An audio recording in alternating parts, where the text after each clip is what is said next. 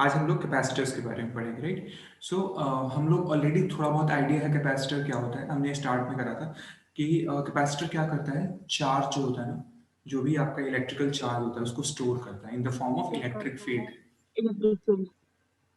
ठीक है, charge store करता है, जो भी आपका इलेक्ट्रिकल चार्ज होता है उसको किसके फॉर्म में स्टोर करता है, in the form of electric field. ठीक है ना, लिखा है capacitor of different kinds are found in wet.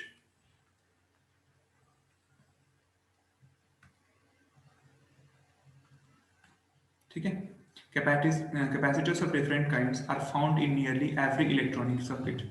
ठीक है, a capacitor is basically mean to store electrons, ठीक है, और electrical energy and release them whenever desired. Okay, basically क्या होता है, जो भी कैपेसिटर होता है, कैपेसिटर का सिंबल आपको याद होगा, हम लोग ऐसे बना रहे थे कैपेसिटर को। ठीक है, तो इसका काम क्या होता है, चार्ज को स्टोर करना, इलेक्ट्रिकल चार्ज को। अब इलेक्ट्रिकल चार्ज में जब आप जानते हो इलेक्ट्रॉन, ठीक है ना, इलेक्ट्रॉन क्या होता है, निगेटिवली इलेक्ट्रिकल चार्ज होता है। तो उसको आप ये बोल सकते हो कि कैपेसिटर क्या स्टोर करता है, चार्ज स्टोर करता है। ठीक है, अगर मैं नेगेटिव चार्ज की बात करूं तो इलेक्ट्रॉन हो गया। बेसिकली कैपेसिटर क्या करता है, इलेक्ट्रॉन को स्टोर करता है। ठीक है ना, अब क्या है, ये चार्ज को तो स्टोर किया, लेकिन हमने एक और चीज देखी थी कि चार्ज स्टोर होता है ना, किसके फॉर्म में होता है, इलेक्ट्रिक फील्ड के फॉर्म में होता है। ठीक है, ठीक है, और कितना चार्ज स्टोर कर सकता है कोई कैपेसिटर, उसके हिसाब से उसकी वैल्यू डिसाइड होती है, इसको बोलते हैं कैपेसिटेंस। ठीक है, तो कोई भी कैपेसिटर का जो कैपेसिटेंस सी होता है वो सिंपली क्या होता है, वो होता है एप्सिलॉन ए बाई डी। ठीक है, एप्सिलॉन क्या होता है आपका, ये होता है परमिटिविटी ऑफ मटेरियल। ठीक है ना, ये आपका क्या होता है, परमिटिविटी ऑफ मटेरियल, एप्सिलॉन। इसको एप्सिलॉन जो होता है ना, इसको सिंपली हम लोग एप्सिलॉन नॉट एप्सिलॉन आर लिखते हैं। ठीक है, एप्सिलॉन आर की जो वैल्यू है ना, ये 1 होती है किसके लिए, फ्री स्पेस के लिए। मतलब फ्री स्पेस अगर ये एयर मीडियम होगा, एयर मीडियम, तो एयर मीडियम के लिए एप्सिलॉन आर की जो वैल्यू होगी वो क्या होती है, 1 होती है। अब एक चीज देखो, इसको जो कैपेसिटेंस को मेजर करा जाता है उसका यूनिट होता है, उसका फैराड। क्या यूनिट होता है आपका, फैराड यूनिट होता है। ठीक है, जो कैपेसिटेंस को मेजर करने का जो यूनिट होता है वो फैराड होता है। बट आपको कहीं ऐसा नहीं मिलेगा कि 1 फैराड का कैपेसिटर है, because it is almost impossible to make 1 farad of capacitor. ठीक है ना, बहुत बड़ा साइज चाहिए होगा उसको बनाने के लिए, वो पॉसिबल नहीं है। ठीक है, क्योंकि इसके पीछे का रीजन हम लोग बाद में डिस्कस करेंगे, क्योंकि जो ये आपका जो परमिटिविटी ऑफ मटेरियल है ना, जो आपका ये एप्सिलॉन है, एप्सिलॉन की वैल्यू 10⁻⁻12 और 10⁻8, मतलब सॉरी 10 टू, उसमें अगर बेसिकली क्या है ना कि एप्सिलॉन की जो वैल्यू है ना बहुत ज़्यादा कम होती है। ठीक है, अब एप्सिलॉन की वैल्यू बहुत कम है, इसका मतलब क्या होगा कि आपको अगर सी को 1 यूनिट बनाना हो तो आपको ए बाई डी की वैल्यू भी उसी के कंपेयर में बहुत ज़्यादा रखना पड़ेगा in order to make C 1 farad, right. So it's actually impossible to make 1 farad of capacitors. तो नॉर्मली जो हम कैपेसिटर्स देखते हैं वो किस में होता है, माइक्रो फैरड में होगा, ठीक है, पीको फैरड में होगा, नैनो फैरड में होगा। ठीक है, तो ऐसे आपकी वैल्यूज मिलेगी डिफरेंट डिफरेंट कैपेसिटर्स की। ठीक है, अब एक चीज देखो, इसमें लिखा है capacitors offers low impedance to AC but very high impedance to DC. आपको याद है जब हम लोग कैपेसिटर पढ़ रहे थे तो हम लोग ने एक फॉर्मूला डिराइव करा था, that is Z C equals to था हमारा 1/J⍵C। ठीक है, हम लोग ने इनिशियल लेक्चर्स में देखा था जो जेड सी होता है वो क्या होता है, इम्पीडेंस होता है कैपेसिटर का। ठीक है, अब कैपेसिटर का इम्पीडेंस का मतलब क्या है, जैसे हम लोगों ने देखा था रेजिस्टेंस का जो रेजिस्टेंस होता है वो क्या करता है, अपोज करता है फ्लो ऑफ करंट को। ठीक है ना, फ्लो ऑफ करंट को अपोज करता है। ठीक है, वैसे ही कैपेसिटर जो है ना, इसका तो उसको हम लोग रेजिस्टेंस बोलते थे, लेकिन जो कैपेसिटर होता है ना उसमें रेजिस्टेंस वर्ड नहीं यूज करा जाता है, क्योंकि इसका जो अपोजिशन फोर्स है ना उसको क्या होता है, एक इमेजिनरी क्वांटिटी होता है। देखो जे लगा हुआ है, मैंने बताया था जे क्यों होता है, जे एक इमेजिनरी नंबर है। ठीक है, जैसे आपका आई होता है ना, आप मैथ्स में आई पढ़ते हो, जैसे 3+4i मान लो। ठीक है, एक कॉम्प्लेक्स नंबर है, आप लोगों के लोगों ने पढ़ा होगा इसको। तो आई एक्चुअल में इलेक्ट्रॉनिक्स में या फिर इलेक्ट्रिकल में ना, आई जो वर्ड है ना, ये किसके लिए यूज होता है, करंट के लिए, इसलिए हम आई में लिख के इसको जे लिख देते हैं। मतलब क्या है कि जो जे है ये क्या रिप्रेजेंट कर रहा है, इमेजिनरी क्वांटिटी रिप्रेजेंट कर रहा है। ठीक है, तो कैपेसिटर का जो इम्पिडेंस होता है वो क्या होता है 1/j⍵c। ये कैसे डिराइव करते हैं हम लोग ऑलरेडी देख चुके हैं। अब यहाँ पे देखो ओमेगा की वैल्यू, ओमेगा क्या होता है, ओमेगा यहाँ पे होता है 2πf, एंगुलर फ्रीक्वेंसी होता है। तो अगर यहाँ पे मैं जेड सी इक्वल लिख सकता हूँ क्या, j 2πf10c। ठीक है। अब देखो जो डीसी सिग्नल्स होते हैं, देखो जो आपके सिग्नल्स होते हैं ना, उनको दो कैटेगरी में डिवाइड करते हैं हम लोग।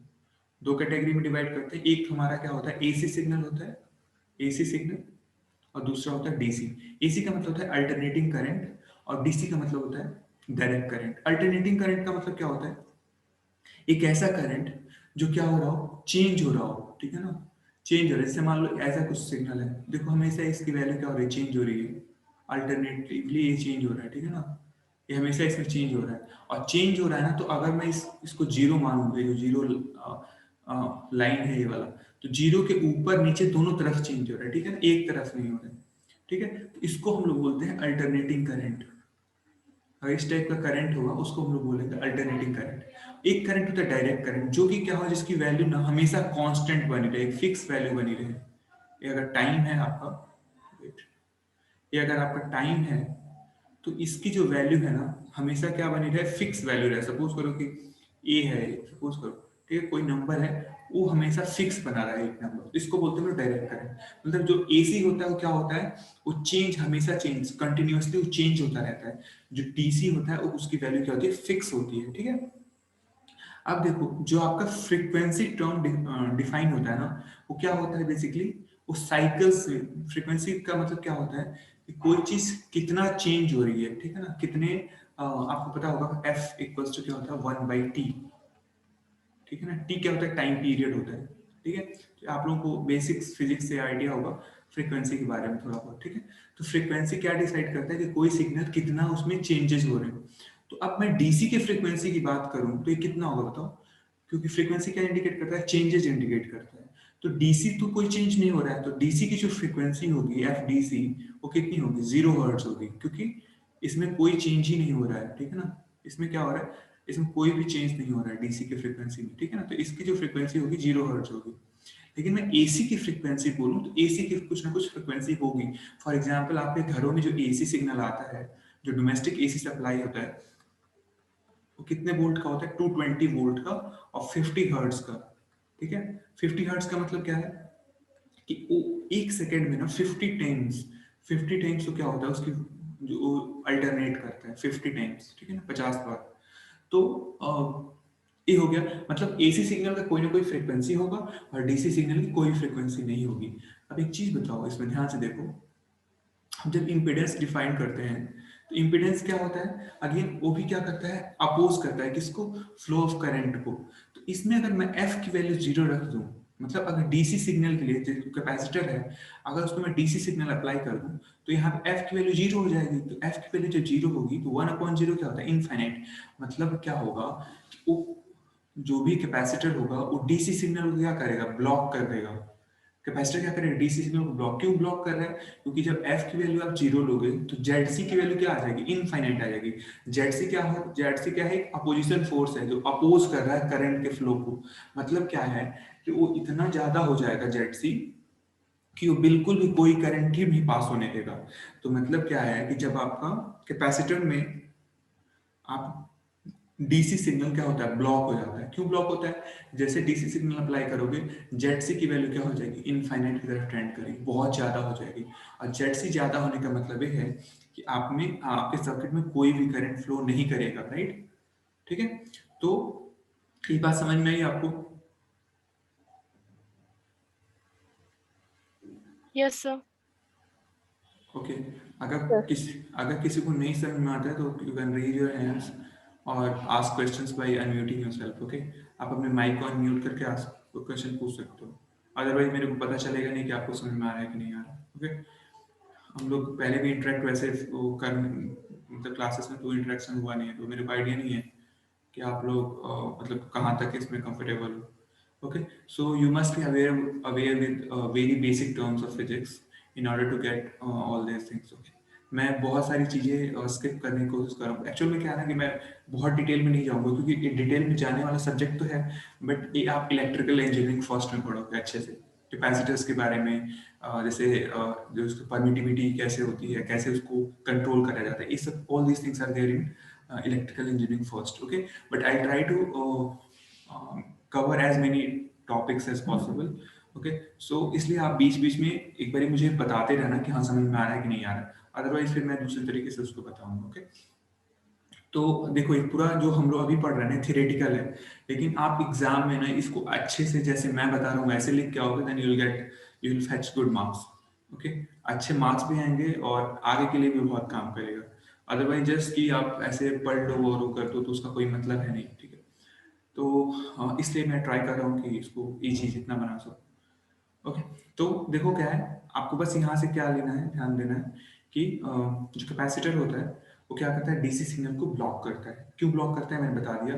जब डीसी सिग्नल होगा तो एफ की वैल्यू फ्रीक्वेंसी, डीसी सिग्नल की फ्रीक्वेंसी कितनी होती है, जीरो होती है. क्यों जीरो होती है, कि उसमें कोई चेंज ही नहीं होता है. जब चेंज नहीं हो रहा तो कोई फ्रीक्वेंसी नहीं होगा. तो जब फ्रीक्वेंसी जीरो होगा, in that case the impedance will be very high.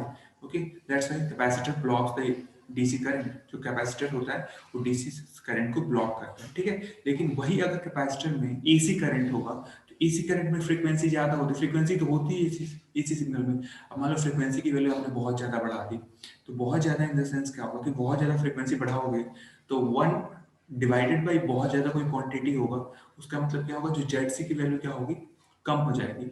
मतलब हायर फ्रीक्वेंसी को ना, मतलब एसी सिग्नल को क्या करता है, कैपेसिटर पास कर देता है. ठीक है, तो कैपेसिटर्स, यहाँ से दो चीजें समझ में आई हमको कि एक क्या है हमारा, कि कैपेसिटर जो होता है, capacitor blocks DC current. Okay, एक पॉइंट. दूसरा point, capacitor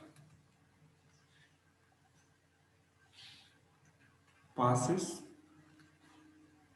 AC current. AC current बोल सकते हैं, एसी सिग्नल, क्योंकि एसी लिख रहे हो तो उसमें ऑलरेडी करंट टर्म तो आ ही जा रहा है, तो एसी सिग्नल लिखो ज्यादा अच्छा रहेगा. इसको वेट, इसको, क्योंकि इसको हम डीसी सिग्नल लिखते हैं, एसी सिग्नल लिखते हैं. ठीक है, तो ये हमारा कैपेसिटर का बेसिक फंडामेंटल रोल होता है. ठीक है, ये हम लोग यहाँ तक देख लिए. ठीक है, so capacitors are used when we want to couple alternating voltage from, wait, want to couple alternating voltage from one circuit to another while at the same time blocking the DC voltage. ठीक है, मतलब क्या है कि अगर एक circuit से आप दूसरे सर्किट को ऐसा ऐसा सिस्टम बनाना चाह रहे हो जो क्या करे, केवल अल्टरनेटिंग करंट को पास करे, एसी को पास करे, तो और डीसी को ब्लॉक करे, तो आप वहां पे क्या यूज करोगे, आप कैपेसिटर यूज करोगे. क्योंकि आपको पता है जो कैपेसिटर होगा वो क्या करेगा, डीसी सिग्नल को ब्लॉक करेगा, एसी को पास करेगा. ठीक है, जब ये ऐसा कैपेसिटर होता है उसको बोलते हैं ब्लॉकिंग कैपेसिटर. ठीक है ना, it is also use as a bypass capacitor. Bypass capacitor का मतलब आपको पता है, मतलब क्या कर रहा होगा, एसी को बाईपास कर रहा होगा. ठीक है, ये टर्म हम लोग आगे पढ़ेंगे, जब लोग हम एम्पलीफायर पढ़ेंगे तो ये टर्म आएगा, बाईपास कैपेसिटर क्या होता है, ब्लॉकिंग कैपेसिटर क्या होता है. ठीक है, तो अभी के लिए बस ध्यान रखो, ये जो कैपेसिटर होता है वो क्या करता है, डीसी को ब्लॉक करता है, एसी को पास करता है. That's it. ओके, अब देखो जो कैपेसिटर है ना, वो किस कैपेसिटेंस की जो वैल्यू है किस पे डिपेंड करती है, उसका obviously area of cross section हो गया, डी है. ये जो डी है, डी क्या होता है, डी क्या होता है इसमें, कैपेसिटर में जो डी है वो क्या होता है, कौन बताएगा. प्लेटों के बीच की दूरी. हाँ, प्लेट्स के बीच के डिस्टेंस जो होता है वो डी होता है. ठीक है, और एक एप्सिलॉन होता है. एप्सिलॉन क्या होता है, परमिटिविटी ऑफ मटेरियल. मतलब क्या है कि अगर आप मटेरियल चेंज करोगे, जैसे मैंने बोला एप्सिलॉन आर की वैल्यू 1 होती है in the case of air medium. ठीक है, लेकिन एप्सिलॉन आर, सपोज करो कि एयर की जगह पे आपने, मतलब कैपेसिटर के बीच में ना आपने सपोज करो कोई ऐसे इंसुलेटिंग मटेरियल फिल कर दिया, तो जब कोई इंसुलेटिंग मटेरियल फिल करोगे तो ऑब्वियसली उसका कोई ना कोई ई आर होगा. ठीक है ना, ई आर कह रहा हूँ, एप्सिलॉन आर होगा, तो उसके एप्सिलॉन आर की वजह से कैपेसिटेंस की वैल्यू चेंज होगी. तो based on all these things हम कैपेसिटर को डिफरेंट डिफरेंट टाइप्स में डिवाइड कर सकते हैं. ठीक है, अब एक बहुत ही फंडामेंटल क्वेश्चन है, इसका क्वेश्चन का आंसर ध्यान से देखो, बहुत इंपॉर्टेंट क्वेश्चन है. ठीक है, अभी मेरे को याद आया, मैं सोचा बता दूं. जैसे आपको पता है ये हमारा अगर कैपेसिटर है, ठीक है, अब अगर इस कैपेसिटर को हम एक वोल्टेज दे दें, यहाँ पे सपोज करो एक हमारी वेट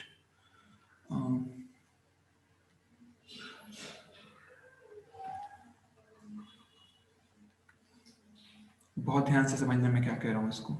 ये हमारा सपोज करो एक बैटरी है, इस बैटरी से इस कैपेसिटर को कनेक्ट कर दें हम लोग। ये पॉजिटिव टर्मिनल है, ये नेगेटिव टर्मिनल है, ठीक है। तो क्या होगा, इनिशियली क्या होगा कि इस कैपेसिटर में ना, एक कैपेसिटर इनिशियली चार्ज होता है, ठीक है। चार्ज होता है मतलब क्या होगा, बेसिकली होगा क्या, ये आपका ये जो प्लेट्स होगा, ये दो प्लेट्स हैं आपके कैपेसिटर्स के, ठीक है। अब क्या होगा, अब बीच में देखो, बीच में हमने कोई कुछ नहीं रखा हुआ है, इन दोनों प्लेट्स के बीच में कुछ नहीं रखा हुआ है, पैरेलल प्लेट कैपेसिटर है। अब क्या होगा कि यहाँ से जो भी आपका जो भी इलेक्ट्रॉन होगा, मतलब ये जो प्लेट्स हैं आपके, ठीक है, तो ये क्या करेगा बेसिकली, जो भी आपका इलेक्ट्रॉन होगा ना, वो कैसे फ्लो होगा आपका इसमें, जैसे करंट, करंट का फ्लो का डायरेक्शन कैसे होगा इसमें, ऐसे होगा आई, ठीक है ना। करंट क्यों फ्लो करेगा बेसिकली, ध्यान से देखो, जब भी आप बैटरी लगाओगे ना, ये आपके कंडक्टिंग प्लेट्स हैं, जब भी आप बैटरी लगाओगे तो क्या होगा, जो भी इलेक्ट्रॉन होगा यहाँ पे नेगेटिव चार्ज होगा इस प्लेट पे, वो कहाँ आएगा, यहाँ पे आके, मतलब जो नेगेटिव चार्ज होगा वो पॉजिटिव टर्मिनल्स की तरफ ट्रेवल करेगा, ठीक है। नेगेटिव चार्ज कहाँ पे होगा, प्लेट का होगा या फिर जो वायर लगाया है उसका होगा, ठीक है ना। और उसको रिपेल या फिर अट्रैक्ट कौन कर रहा होगा, बैटरी कर रहा होगा, क्योंकि बैटरी क्या होता है, एक सोर्स होता है जो क्या प्रोवाइड करता है, एनर्जी प्रोवाइड करता है, ठीक है ना, जो कि क्या करता है, चार्ज को अट्रैक्ट या फिर रिपेल रिपेल करता है, ठीक है। तो अब एक चीज बताओ, जब चार्ज यहाँ से मतलब इधर उधर जाएगा तो क्या होगा, चार्ज के मूवमेंट को हम क्या बोलते हैं, जो चीज चार्ज में चेंज होता है, ठीक है ना, rate of flow of charge क्या होता है हमारा, करंट होता है। मतलब क्या होगा, इसमें कोई ना कोई करंट फ्लो होगा, ठीक है। तो हमारा एक कैपेसिटर था ऐसे, ठीक है, ये कैपेसिटर था। अब इसमें आपने जब बैटरी कनेक्ट किया ऐसे, इसमें आपने बैटरी कनेक्ट करा, तो क्या होगा, ये कैपेसिटर में करंट फ्लो होगा, ठीक, करंट फ्लो होगा। अब एक मेरे को चीज बताओ कि कैपेसिटर के बीच में प्लेट में, इसमें यहाँ पे तो कुछ नहीं है, यहाँ पे क्या था, मैंने क्या बताया था, इंसुलेटिंग मटेरियल होता है, इंसुलेटिंग मटेरियल होता है, ठीक है, या फिर क्या होता है, एयर होता है, ठीक है, या फिर वैक्यूम भी आप कर सकते हो। तो जब ये सारा चीज है तो इसमें करंट कैसे फ्लो होती है, करंट फ्लो होने के लिए क्या होना चाहिए कंडीशन, कि जो सर्किट होना चाहिए वो क्या होना चाहिए, क्लोज सर्किट होना चाहिए, क्लोज्ड।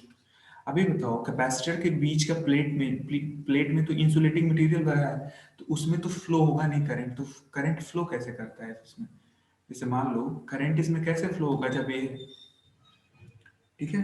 तो एक साइंटिस्ट हुआ करते थे एम्पियर, जिनका नाम था एम्पियर, ठीक है, जिनके नाम पे करंट का, एम्पियर साइंटिस्ट थे, ठीक है, एम्पियर।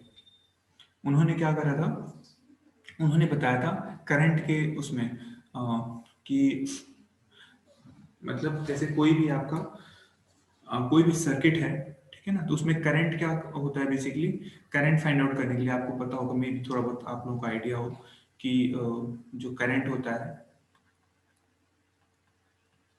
ठीक है ना, एच डॉट डी एल, इसको हम इंटीग्रेट कर देंगे अगर, ठीक है, इसको इंटीग्रेट करते हैं तो हमको करंट मिलता है, ठीक है, एम्पियर सर्किटल लॉ होता है, ठीक है। तो एच डॉट डी एल का मतलब क्या है, एच क्या होता है तुम्हारा, ये मैग्नेटिक फील्ड होता है, ठीक है, ये मैग्नेटिक फील्ड होता है, उसको उसके लेंथ के क्लोज लूप में, अभी आपको देखने की जरूरत नहीं, इसको आप इलेक्ट्रिकल में पढ़ोगे, वो करंट के बराबर होता है, ठीक है। अब जो हम करंट इसमें पढ़ते हैं वो क्या होता है, simply d q by d t, मतलब rate of flow of charge. लेकिन ये बताओ, इनके बीच में, इसमें इसमें तो कुछ है ही नहीं, तो इसमें तो चार्ज प्रेजेंट ही नहीं होगा ना, ये जो ये बीच वाला है, इसमें तो चार्ज है ही नहीं। तो जब चार्ज नहीं है तो ये दोनों प्लेट्स के बीच क्या कोई करंट होगा, नहीं होगा, ठीक है। तो यही एम्पियर ने बोला था, इन दोनों प्लेट्स के बीच में कोई करंट होगा ही नहीं। लेकिन ये बताओ, जब इन दोनों प्लेट्स के बीच में कोई करंट नहीं होगा तो करंट फ्लो कैसे कर रहा है, क्योंकि करंट फ्लो करने का कंडीशन ही ये है कि सर्किट क्या होना चाहिए, क्लोज होना चाहिए। तो ये सर्किट क्या हो गया, तो सर्किट ओपन हो जाता। अगर एम्पियर्स की बात माने तो इसके हिसाब से क्या होगा, सर्किट तो ओपन है, क्योंकि बीच में देखो कुछ है ही नहीं, नहीं तो एयर है नहीं तो इंसुलेटिंग मटेरियल है। इंसुलेटिंग मटेरियल का मतलब जिसका कंडक्शन, जिसकी कंडक्टिविटी बहुत कम होती है, तो उसमें तो करंट फ्लो नहीं हो सकता, क्योंकि उसमें चार्ज ही नहीं है, फ्री चार्ज है ही नहीं। जब फ्री चार्ज नहीं है तो D q by d T क्या होगा, जीरो होगा। तो इस क्वेश्चन का आंसर दिया एक बहुत ही ग्रेट साइंटिस्ट हुए हैं in the field of electronics, जिनका नाम है मैक्सवेल। ठीक है ना, मैक्सवेल। तो मैक्सवेल जो थे ना, एक एम्पियर मैक्सवेल से बहुत पहले, इनफैक्ट जब एम्पियर्स ने ये सारा चीज बताया था, ठीक है, मतलब एक जो फेराडेज आप जानते हो, फेराडे का भी नाम सुना होगा, ठीक है। तो ये लोग फेराडेज, एम्पियर, ये सारे लोग बहुत ही पहले के हैं, मतलब मैक्सवेल से काफी पहले के थे। तो ये लोग इसको, इसका आंसर नहीं, इसको बोलते हैं हम लोग डिसकंटिन्यूटी। मतलब इसमें करंट का हमको पता ही नहीं कहाँ से करंट आ गया। इसमें सबको पता है कि प्रैक्टिकली आप देखोगे तो इसमें करंट फ्लो होता है, लेकिन किसी ने ये नहीं बताया कि करंट फ्लो कहाँ से होता है। तो यहीं से मैक्सवेल साहब ने बताया कि जो करंट फ्लो होता है ना, ये होता है वजह से, एक होता है उन्होंने डिफाइन करा था डिस्प्लेसमेंट करंट, ठीक है ना।